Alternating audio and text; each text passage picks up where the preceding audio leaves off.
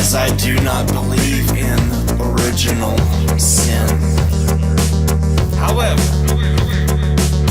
I have been corrupted by life, by circumstance, and by my own foolishness. And that's what makes us who we are.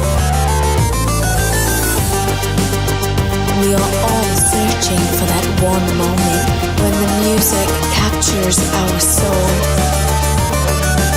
We live for the music.